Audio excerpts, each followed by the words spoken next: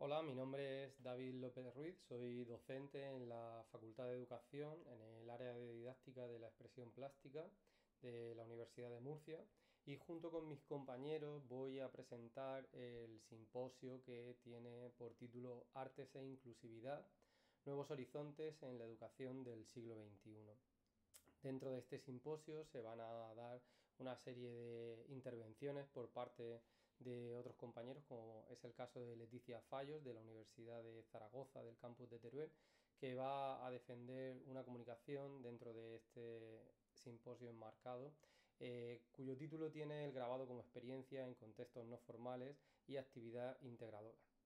Por otro lado, también vamos a tener la intervención de la profesora Teresa Colomina Molina de la Universidad de Murcia, compañera del área de didáctica de la expresión plástica de la Universidad de Murcia, cuyo título para su comunicación es Inclusión educativa a través de procesos artísticos, artográficos y decoloniales. En tercer lugar, vamos a tener la intervención de la profesora Irene Covaleda de la Universidad de Zaragoza, del campus de Teruel, que va a defender una comunicación titulada El Mail Art como herramienta para fomentar el pensamiento crítico en las aulas de primaria, una propuesta innovadora para abordar los ODS. Y a continuación tendrá la intervención, la siguiente comunicación que se va a denominar Educación Inclusiva a través de las artes, formación docente, retos y actuaciones que defenderé yo mismo y que estará enmarcada como otra de las comunicaciones que se van a desarrollar. Finalmente, el cierre de toda esta, de todo este simposio lo va a abordar el profesor Leandro Henao de la Universidad de Antioquia de Colombia, cuyo título de defensa del trabajo va a ser Musicografía Braille, apuestas para una educación musical inclusiva y accesible para músicos. Desde aquí mi máximo agradecimiento en nombre de mis compañeros a toda la organización del Congreso y por el trabajo tan minucioso, detallado que están desarrollando y que con tan buenos resultados está teniendo. Sin más dilación paso a hacer la presentación de la presentación, como os decía, que tiene por título Educación Inclusiva a través de las artes, formación docente, retos y actuaciones. Con esta intervención lo que se plantea desarrollar es un poco ver cuál es la situación de las prácticas artísticas inclusivas dentro del marco de la educación inclusiva en educación artística que se están desarrollando.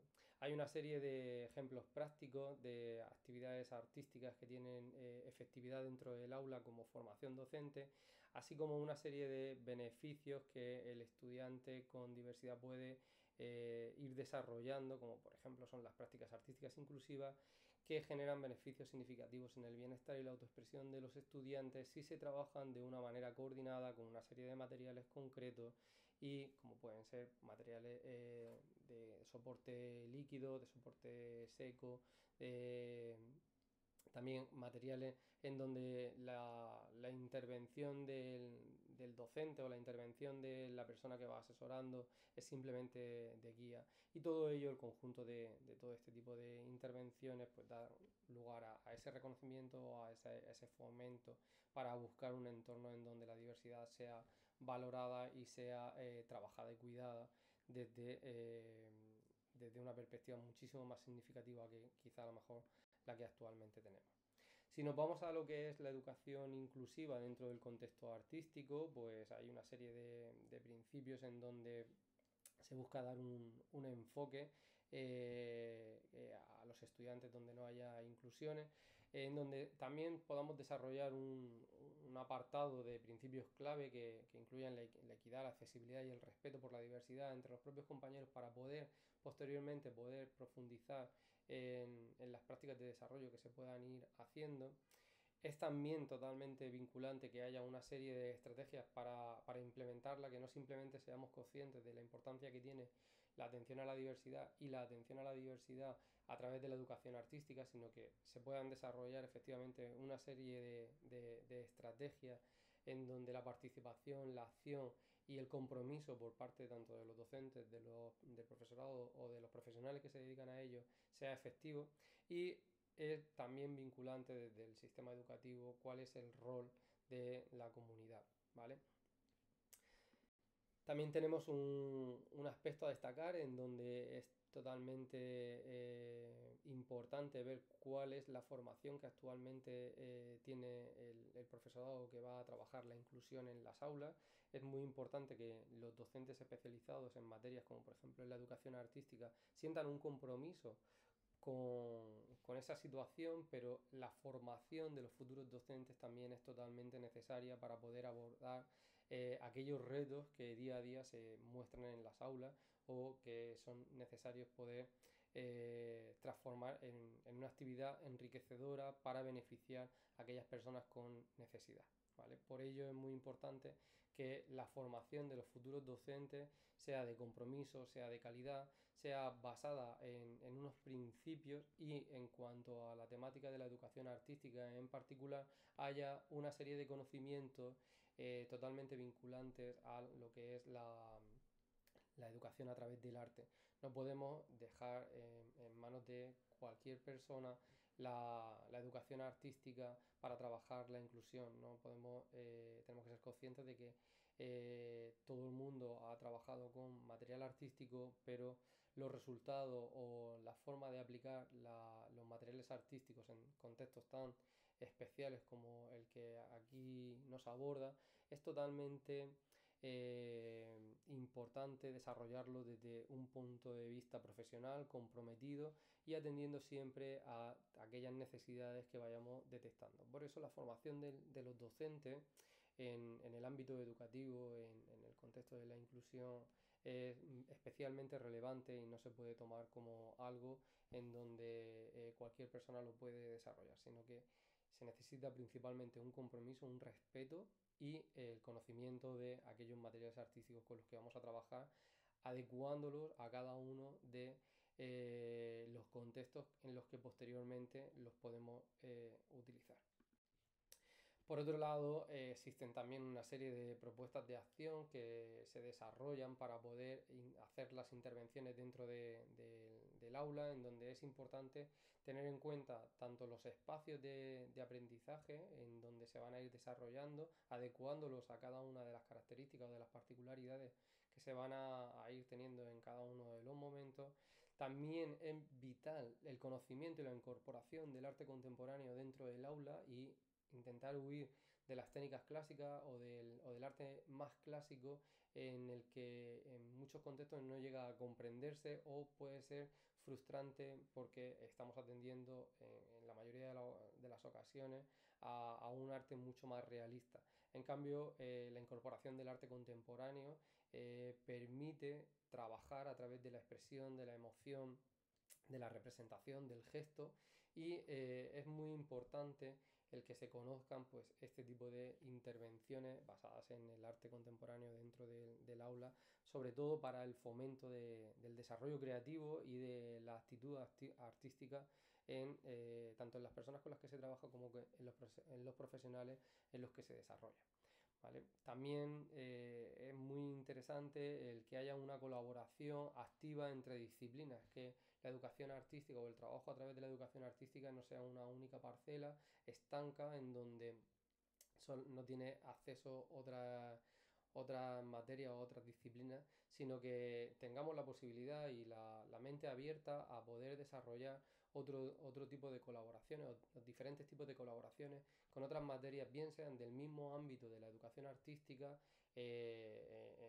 con otras connotaciones, o también colaboraciones con las disciplinas lingüísticas, las disciplinas motoras, las disciplinas científicas, las disciplinas de ciencia, en donde la conexión entre ambas materias lo que nos va a producir va a ser un enriquecimiento, porque siempre tenemos que tener en cuenta que tenemos que intentar satisfacer aquellas necesidades particulares que cada uno de los colectivos demande. No podemos trabajar de manera unidireccional, sino que hay que trabajar en formato de una educación a través del arte para la inclusividad, pero siempre intentando dar respuesta a cada una de las necesidades particulares que pueda tener cada una de las personas. Por todo ello, atendiendo a un contexto general, pues se destaca la relevancia del arte como una herramienta pedagógica para el desarrollo integral de los estudiantes, ¿vale? En donde vamos a utilizar ese arte, esa materia artística como conocimiento y como forma de expresión, ¿vale? Y viendo que esa educación artística también contribuye a esa formación de habilidades críticas y creativas que en muchas ocasiones se dejan de lado por no considerarlas lo suficientemente importantes. Y no podemos olvidarnos de que la educación artística es vital, es de vital importancia para la persona, tenga o no tenga esas habilidades que a lo mejor cualquier artista plástico de reconocido prestigio puede tener. Pero debemos ser conscientes de que la utilización del arte como medio de expresión, como medio de comunicación, como lenguaje, es totalmente necesario en cualquier contexto y especialmente en contextos de diversidad. También hay que tener en cuenta los nuevos paradigmas educativos que actualmente se van abriendo, en donde se exploran nuevos modelos educativos que sean capaces de integrar el arte dentro del currículum de manera significativa, y la necesidad de adaptar las demandas y las realidades a la situación actual que tenemos. No podemos intentar estudiar o intentar formar a los docentes o trabajar la atención a la diversidad con prácticas que se desarrollaban hace muchos años, sino que tenemos que intentar ser innovadores y trabajar en pro de lo que es los nuevos retos, las nuevas formas de trabajar a través de la educación artística en esta temática. Con ello quiero finalizar esta intervención y que a lo largo del simposio se podrán contestar pues todas las preguntas que aquellas personas que tengan dudas podamos intentar establecer un diálogo o establecer una serie de conexiones o preguntar libremente para poder resolver cualquier duda que haya podido generar cualquiera de las presentaciones de este simposio. Sin más dilación, agradezco nuevamente a la organización del Congreso, al desarrollo, a todos los participantes, a todos los ponentes que van a estar y que forman esta gran familia en torno a la inclusividad, y quedamos a la disposición de todos ustedes para establecer nexos de conexión entre universidades, entre trabajadores, entre cualquier persona que esté interesada en cualquiera de las temáticas que se han desarrollado. Así que muchísimas gracias por haber escuchado y os doy paso a la siguiente comunicación. Buenos días a todos. La presente ponencia trata sobre el grabado como experiencia en contextos no formales y una actividad integradora. La propuesta que hemos llevado a cabo se trata de la introducción del grabado como práctica artista en un contexto no formal de una exposición en la que hemos trabajado con residentes del Centro CRIS, que se trata de un centro de atención social de la Comunidad Valenciana, en el que pretendremos desarrollar actitudes creativas de reflexión y análisis de los usuarios como herramienta para estimular las habilidades individuales y grupales y el trabajo en equipo y la estimulación visual expresiva. Por todos es sabido que el arte juega un papel crucial en la salud mental, ya que estimula la creatividad de los residentes, fomenta las interacciones sociales y refuerza la autoestima y la confianza. A través de estas actividades, los participantes desarrollan vínculos y un sentido de pertenencia social, factores fundamentales para su bienestar emocional. Como bien sabemos, a lo largo de la historia del arte existen ejemplos de la relación entre el arte y la enfermedad, como por ejemplo el bien conocido de Frida Kahlo, a quien le sirvió el arte para expresar sus más íntimos pensamientos y emociones, así como de salvavidas para su maltrecha vida, o también artistas como Munch o Kusama, quienes han empleado el arte como un recurso de expresión y de mediación para canalizar y manifestarse.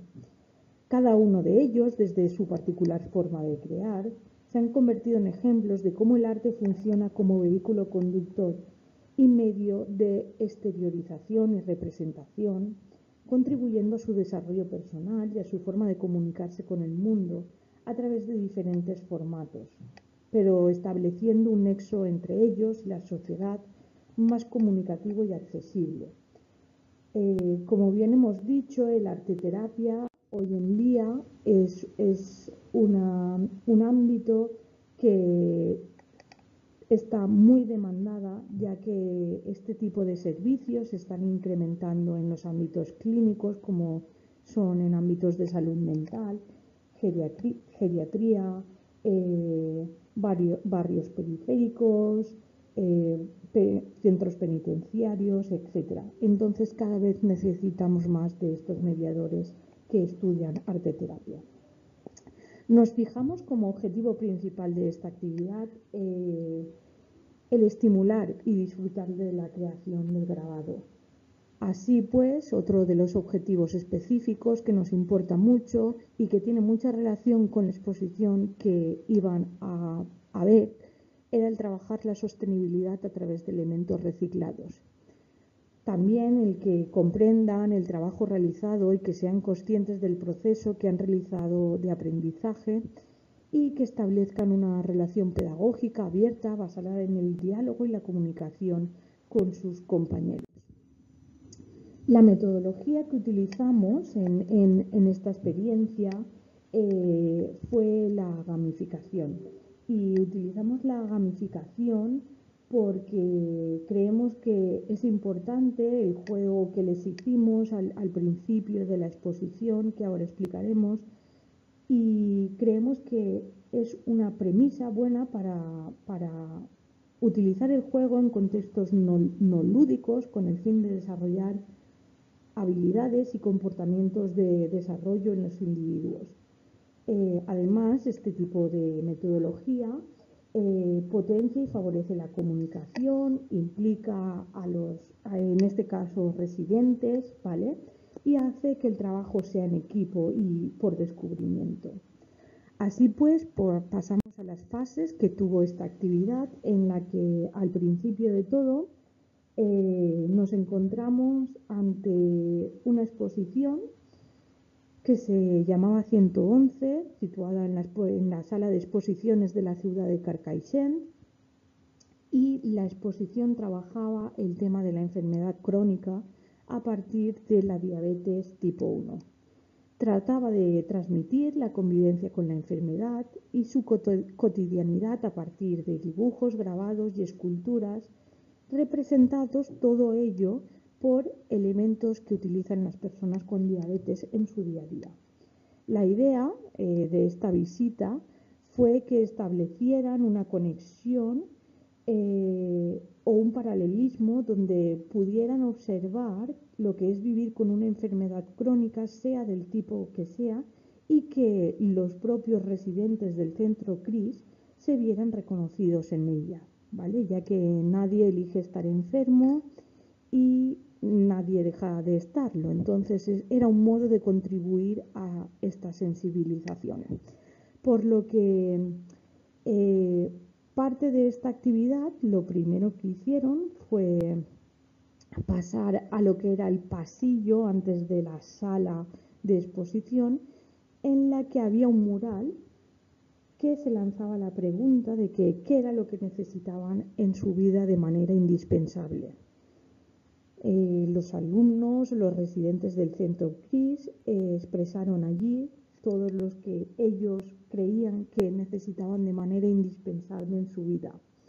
Y una vez lo plasmaron a través de sus palabras, sus dibujos, en aquel mural, que era una pared donde todo el mundo podía escribir y hacer sus razonamientos, pasaron ya a lo que era la sala de exposiciones. Y allí se encontraron con una exposición que a partir de todos los objetos reciclados que utiliza un diabético día a día, se había creado todas aquellas obras artísticas, por lo que se les explicó la reinterpretación de aquellos objetos y cómo todos ellos habían sido creados a partir del reciclaje.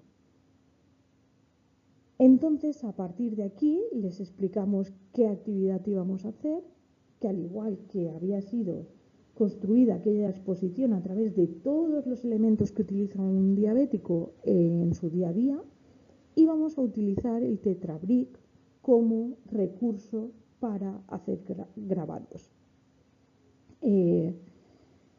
Cabe destacar que es un elemento, un material que se estropea más rápidamente que otro tipo de matriz, más usual al grabado, como el cobre o el zinc, pero el propio material nos ofrece unas texturas que no podemos obtener por otra parte. Entonces, lo que hicieron estos alumnos, estos residentes del centro, fue empezar a crear eh, su propio grabado en el Tetrabrick.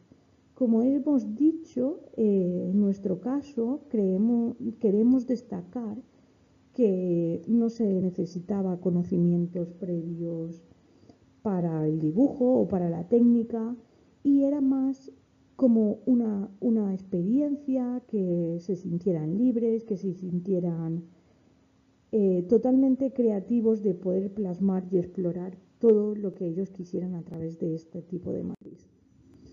Aquí, como podemos ver en la foto, pasamos a la fase 3 de la actividad, en que también realizamos el entintado de la matriz, siempre a través de elementos lo menos invasivos y lo menos tóxicos posibles. En este caso hicimos uso de tintas al agua, ¿vale?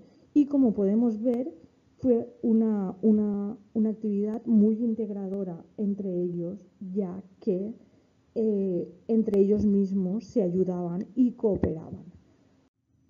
Aquí podemos ver algunos resultados que fueron muy diferentes. Por un lado, hubo motivos sencillos, como podemos ver en la parte derecha de la presentación, en el que simplemente hacen un árbol a línea, o en la parte izquierda, donde vemos que intentan reproducir ya algo más de texturas, cruzando líneas, perspectiva, etcétera, etcétera.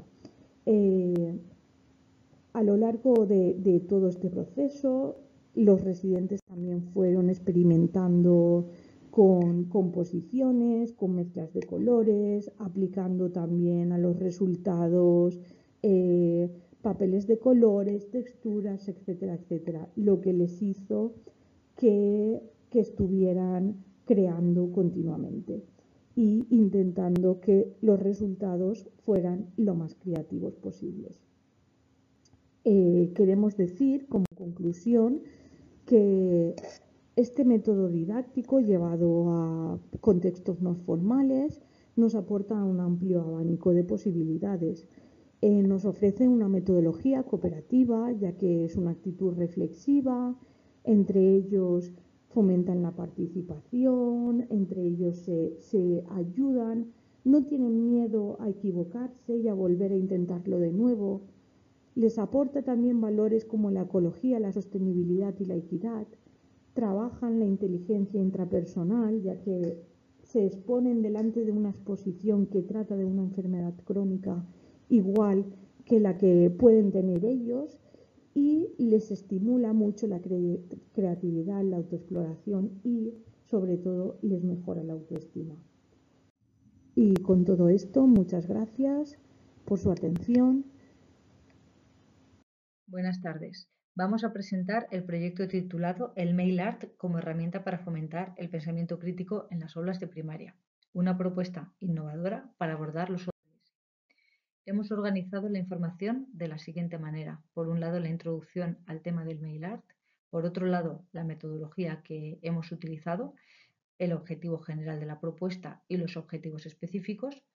Hablaremos de la actividad que hemos preparado y diseñado para concienciar a los estudiantes de magisterio de primaria sobre los problemas de medio ambiente y los materiales que pueden utilizar para generar una propuesta artística innovadora. Analizaremos los resultados, la discusión y, por último, las conclusiones. Comenzamos en el curso de magisterio de primaria analizando un poco cómo surge la corriente del mail art. El mail art está compuesto por motivos que podrían llevarnos a hablar de arte conceptual y experimental, y esto es lo que buscamos con los estudiantes de magisterio de primaria. Además, es un medio que se compone principalmente por la comunicación.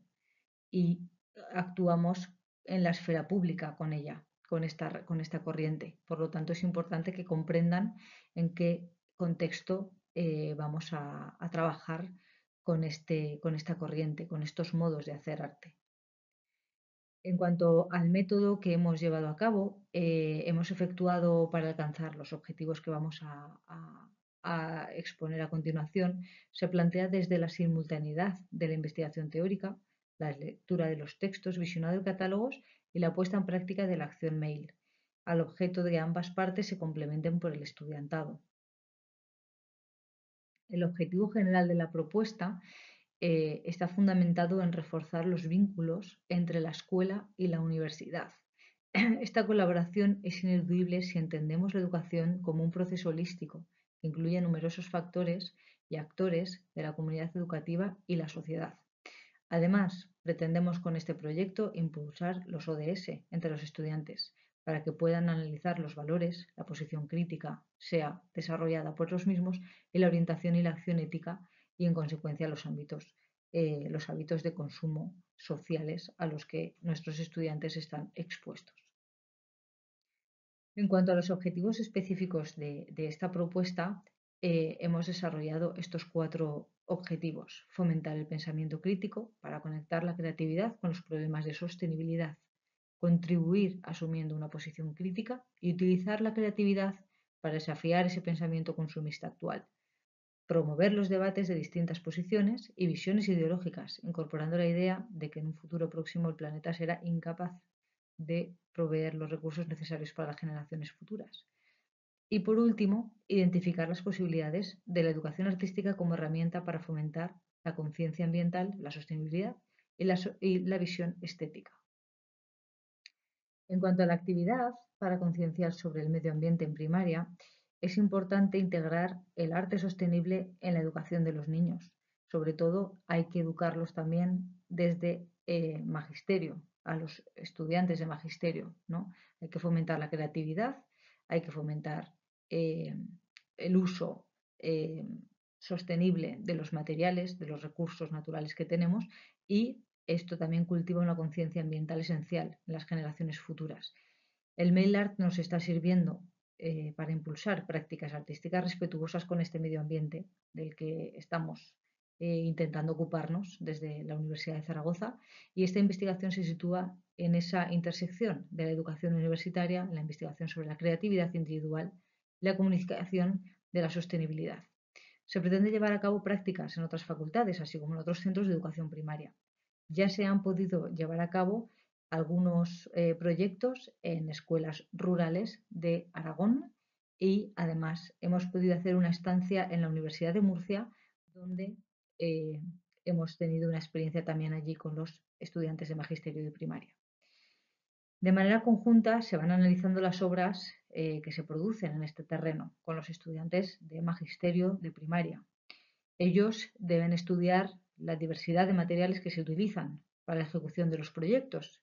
Nos sirven como ejemplo y además aporta ideas y bueno, es importante que ellos conjuguen los matices, conjuguen los discursos de los artistas y conjuguen de una manera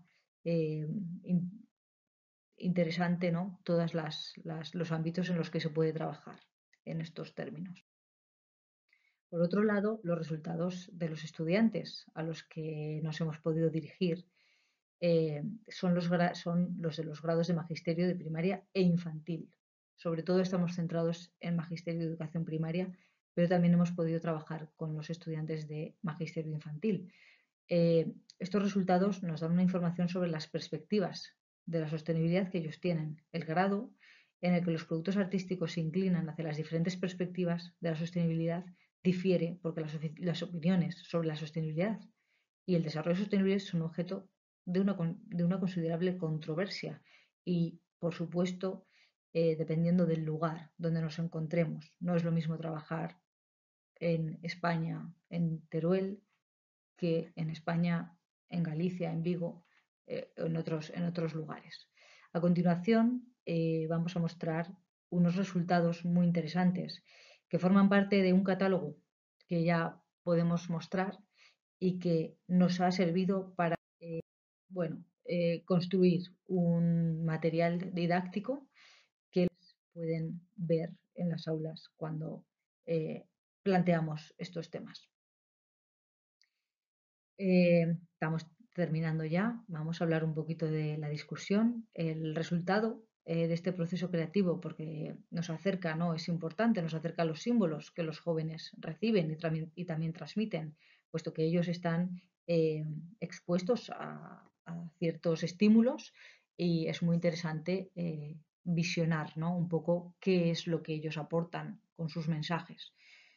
Sus pequeñas piezas hablan de cómo perciben los problemas medioambientales. Los estudiantes de los grados de magisterio en los que hemos propuesto esta actividad no habían oído hablar del mail art.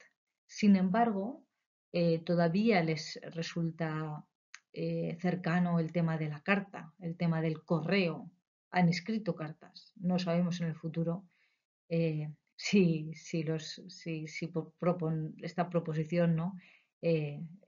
Los futuros estudiantes de estos grados habrán escuchado hablar de las cartas, habrán escrito cartas y habrán recibido cartas. Eso no lo sabemos. De momento, con los que hemos podido trabajar, sí han escrito cartas, aunque no tienen referencias de mail art y no tienen referencias de artistas que han contribuido a la construcción de esta corriente. ¿De acuerdo? En cuanto a las conclusiones, bueno, creemos que se han eliminado multitud de barreras a la hora de acceder a exposiciones, a la hora de acceder a la información, sea del tipo que sea, y esto a priori pues, puede parecer algo positivo para el investigador, para el creador, para cualquier agente que pretende acercarse a un conocimiento de la índole que suscite interés. No obstante, debemos trabajar mucho también en las claves del buen consumo, fomentando desde los niveles de educación infantil y primaria el buen uso de los medios que la sociedad tiene a su alcance. Muchas gracias. Hola, buenas. Mi nombre es Teresa Colomina y soy profesora en la Universidad de Murcia, en España. Bueno, esta comunicación lleva por título Ortografía y decolonialismo, inclusión en la formación del título de magisterio. Así, a modo de introducción, podemos decir pues, que el arte occidental ha establecido unos estándares estéticos durante la colonización que lo que han hecho ha sido limitar pues, las expresiones culturales originarias, ¿no? Así pues, como respuesta, ahora en la actualidad los países que conocemos con el nombre como países de la periferia, bueno, pues hay una corriente de pensamiento que busca ampliar lo que es pues nuestra comprensión del arte, integrando nuevas perspectivas, ¿no? Esta visión, pues bueno, va a proponer un diálogo más equilibrado entre tradiciones y reconociendo las múltiples formas de expresión, que no hay solamente una forma única de expresión que precisamente es la dominante, ¿no?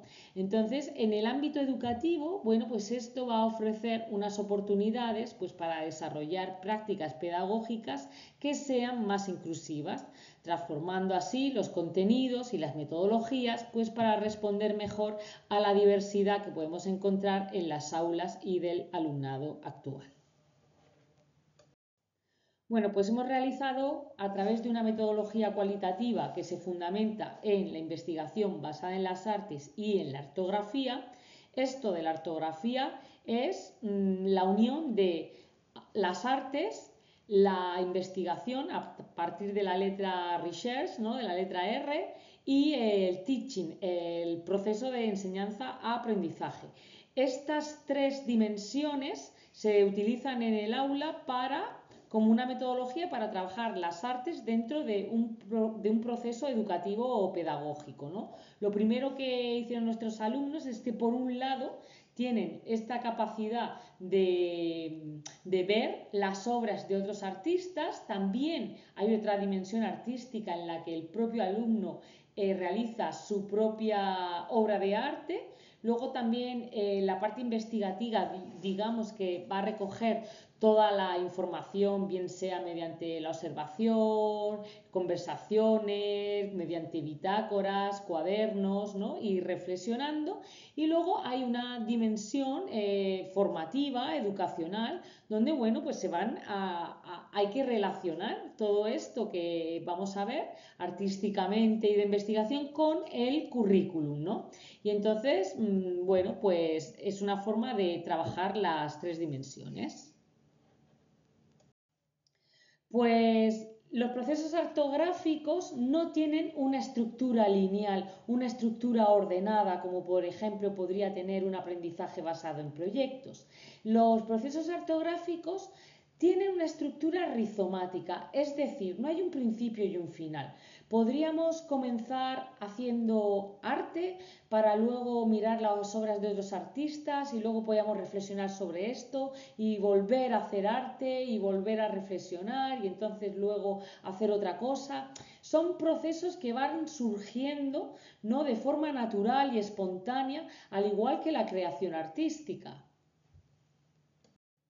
Bueno, el proceso comienza explorando las obras de arte de artistas de Latinoamérica y de África actuales. También son actuales porque antes no se les dejaba que tuvieran una voz propia, ¿no?, en el mundo de las artes, entre otros campos, ¿no? Entonces, bueno, estas obras, pues por ejemplo, se cogen obras de Victoria Santa Cruz, con el poema de Me llamaban negra, de Coco Fusco, sobre la colonización de España en América, de las yeguas del Apocalipsis, la refundación de la Universidad de Chile, de Ana Mendieta, ¿no?, del feminismo, el por qué eres negro de Rubén Bermúdez, las fotografías, dibujos de los libros de medicina del artista africano Chiri Videide. O sea, finalmente lo que se hace es hablar sobre inclusión, racismo, feminismo y homosexualidad. Bueno, pues primero, de forma individual, nuestras estudiantes lo que hicieron fueron realizar bocetos, ¿no?, para ver cuál iba a ser pues su expresión artística. Y luego, finalmente, todo el grupo unido de la clase generó esta imagen que, bueno, pues lo que trabaja en contra del racismo, en contra de la homofobia y contra el machismo, ¿no? Y como vemos, pues recoge estas tres temáticas. Y bueno, los estudiantes también realizaron una cartografía, ¿no?, poner todos los elementos en conjunto de forma visible para así que sea una herramienta de ayuda para evaluar el aprendizaje y relacionar todos los contenidos trabajados con el currículum de educación. Bueno, este tipo de dinámicas contribuyen a la comprensión de cómo las prácticas artísticas y la investigación pueden converger para desafiar y transformar las narrativas hegemónicas. De esta manera se logra una educación más equitativa y reflexiva. A la vez también los alumnos fueron capaces de generar nuevos significados visuales, lo que enriquece su comprensión sobre las artes y la creatividad. A su vez, este proceso no solamente facilita una mayor apreciación del arte como medio de expresión, sino que también es una herramienta que permite a los estudiantes ser más abiertos y comprensibles con el mundo que les rodea.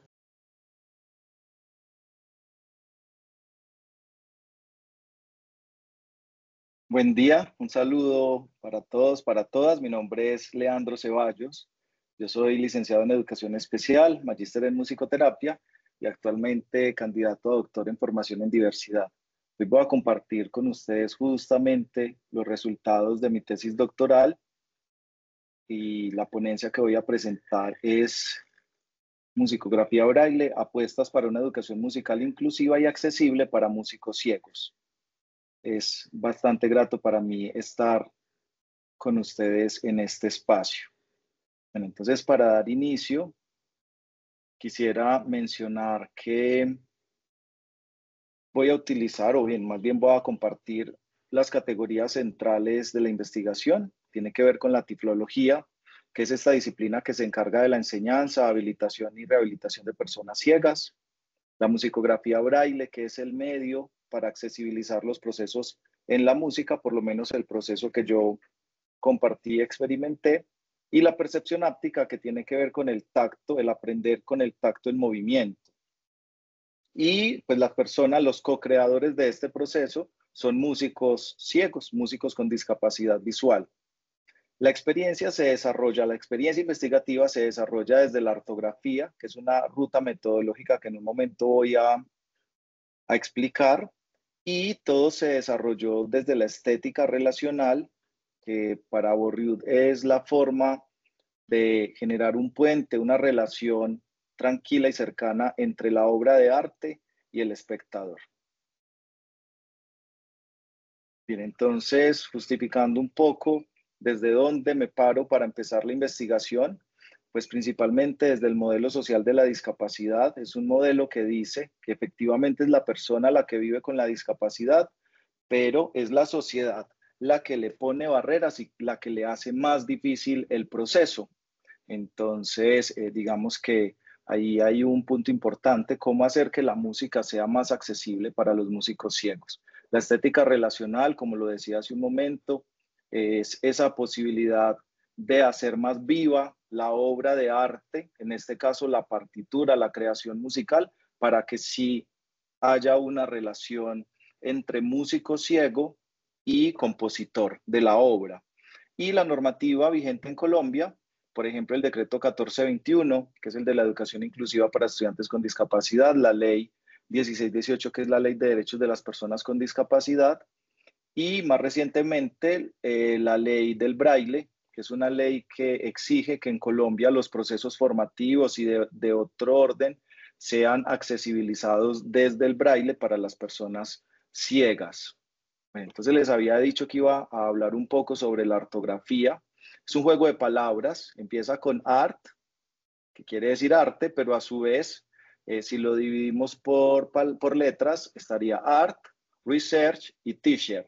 Ahí estamos buscando un equilibrio entre una persona que es artista, maestro e investigador, y que además, terminando el resto de la palabra, utiliza las grafías, los relatos, las experiencias de vida como parte de ese proceso creativo e investigativo.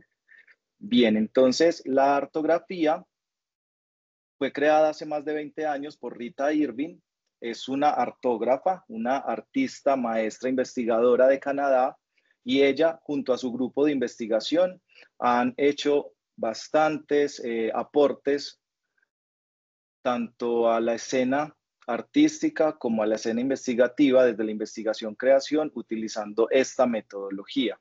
Rita Irving dice que la ortografía es una práctica de investigación viva que combina la escritura de vida con la creación de vida. Ella considera que investigar desde esta metodología es un proceso vivo y para la vida.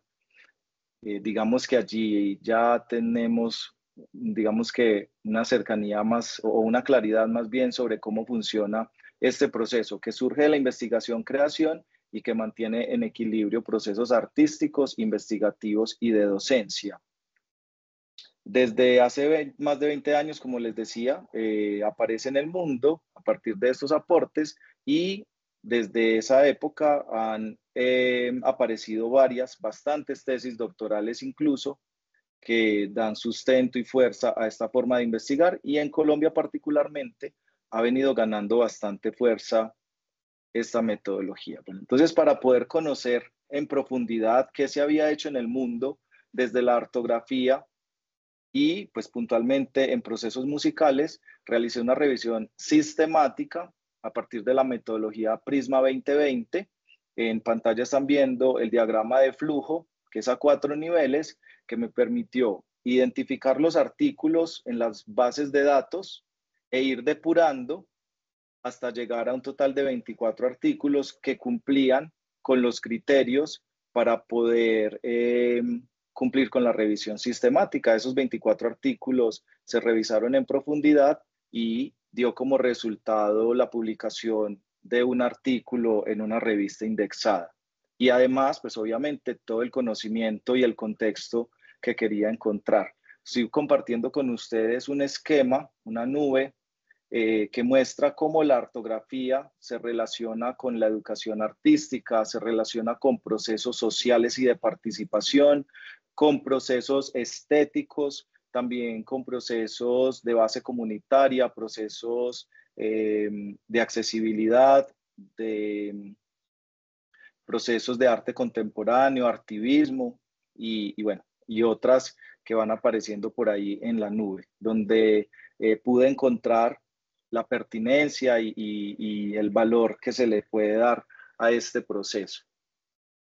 Bien, entonces, ya entrando un poco más en materia, a partir de lo realizado, comparto con ustedes en este momento una nube de palabras que surge de las entrevistas que realicé a músicos ciegos de Colombia y estas entrevistas fueron analizadas y estudiadas a partir de Atlas T. Atlas T me permitió reconocer cómo esos procesos, todas esas experiencias formativas, estéticas, creativas de los músicos ciegos se relacionaban con la categoría central, que es la musicografía braille. Entonces, como se puede observar, para todos el centro del proceso es la música y el ser ciego, la discapacidad visual, pero alrededor de estas categorías o palabras fuerza están las partituras, la musicografía braille, la formación, la accesibilidad, el braille y otras que están, digamos que con menos fuerza, pero que son también muy relevantes para los músicos ciegos, como el poder tocar, la percepción áptica, la enseñanza, la independencia y otras que posiblemente están apreciando en este momento. Bien, entonces, digamos que fue el primer paso o el primer insumo que me arrojó la revisión en Atlas T, pero luego se fue configurando, después de ese análisis, esa revisión rigurosa, se fueron configurando unas categorías que se tuvieron en cuenta. La subjetividad fue una categoría grande, tanto la subjetividad de maestros de música como de músicos ciegos, y esta categoría fue analizada desde los aportes del doctor Germán Guarín. La formación docente, porque los músicos ciegos en las entrevistas informaban, compartían que parte de los procesos, haciendo que fluyan o incluso poniendo barreras, partían de los docentes.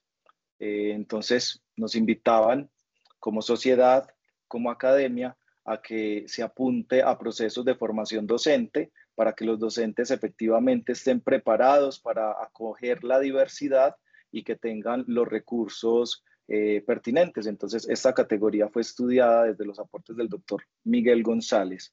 Y la categoría que he mencionado desde hace un rato, la estética relacional, o como a mí me gusta nombrar, estética de la inclusividad,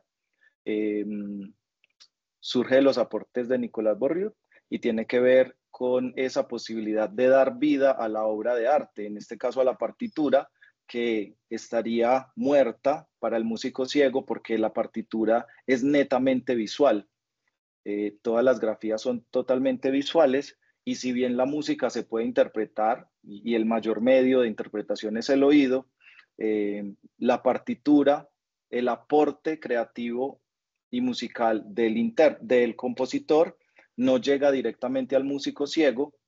Hay una ruptura ahí y debe ser otro músico el que le dicte la partitura de oído al músico ciego, pero ese dictado es una reinterpretación de la obra. Entonces, por eso digo que no hay una relación o una comunicación directa entre la obra creativa del compositor y lo que debería interpretar el músico ciego. Por eso la estética relacional cobra tanta fuerza allí. Bien, entonces Atlas T me mostró unas tendencias, unas fuerzas, unas relaciones, unas conexiones importantes y lo estoy proyectando a partir de dos gráficos. A la izquierda, unas categorías que de manera visual comparto en este momento, pero voy a describir en el centro y con mayor fuerza la musicografía braille, Para los músicos ciegos, esta es la categoría central en los procesos formativos. Debería ser así. La invitación de muchos de ellos es que debería ser así, por lo menos en el contexto de Colombia, porque las universidades, la mayoría de ellas, priorizan la enseñanza desde lo auditivo, algunas porque no tienen la capacidad instalada, no tienen a los profesionales que hagan las transcripciones a musicografía y porque sus profesores aún no están formados para ello. En segundo nivel encontramos la formación musical inclusiva y la percepción áptica. Se considera para los músicos ciegos que esa formación inclusiva debería ser a partir del tacto en movimiento y que desde esa posibilidad de una accesibilidad se generarían desarrollos creativos mucho más fluidos y mucho más tranquilos para ellos, logrando desde la lectura táctil una mejor y más tranquila y justa interpretación desde la autonomía y la independencia. Bueno, y a la derecha encontramos un diagrama de Sankey que nos dice que las categorías fuerzas son musicografía braille y percepción áptica, y como lo pueden ver a partir de esos colores, las relaciones más directas, por ejemplo, entre musicografía braille y accesibilidad, entre percepción áptica y lectura táctil, y otras que van, digamos que mostrándose de una manera un poco más débil, pero que aún así el diagrama nos permite identificar relaciones. Todo esto, repito, lo pude realizar a partir de los análisis de estas entrevistas, este aprendizaje que tuve escuchando a los músicos ciegos, gracias también a lo que se hizo en Atlas T. Bueno, entonces, después de esos análisis, la invitación que nos hacían los músicos ciegos en las entrevistas era que se debía formar maestros. Entonces se diseñó un diplomado de musicografía braille para formar maestros en educación superior, maestros de música que forman a los músicos ciegos, y esto, digamos, que empezó a dejar capacidad instalada en algunos contextos. Se ha creado un repositorio digital con material accesible donde están las transcripciones de obras en diplomusicografía o musicografía braille. Digamos que es un repositorio que se viene construyendo y se irá nutriendo con esas transcripciones que le podrán servir a músicos ciegos de Colombia y ojalá de otros territorios. Y se está configurando una red de transcriptores a tiflomusicografía. Entonces, es otra forma de dejar capacidad instalada en los territorios, buscando que los músicos ciegos disfruten y se vinculen a esos procesos formativos. Por acá estoy compartiendo con ustedes una partitura accesibilizada en musicografía braille. A la izquierda están las notaciones que se transcriben, es decir, las notas y los ritmos musicales que se transcriben a configuraciones de puntos, y a la derecha estamos apreciando una partitura accesibilizada y digitalizada con las configuraciones de puntos en braille, pero de manera digital para que luego se pueda imprimir en una impresora braille. Si lo hacemos a mano, como se ve en la imagen que estoy proyectando, es una partitura para un solo músico, mientras que si lo hacemos de manera digital, la partitura se puede imprimir las veces que sea necesario, se puede enviar rápidamente por correo electrónico, y si se accede a una impresora, se podría imprimir. Entonces, en la imagen que estoy proyectando a la izquierda está una transcripción de una partitura utilizando pizarra y punzón, y a la derecha la transcripción de una partitura utilizando máquina de escribir braille. Por acá comparto algunas imágenes de los procesos formativos y creativos, tanto con músicos ciegos como docentes y docentes de música. Y para finalizar, proyecto parte de los referentes o las referencias que utilicé para desarrollar esta investigación. A todos ustedes, muchas gracias por escucharme, y a los organizadores por permitir este tipo de espacio.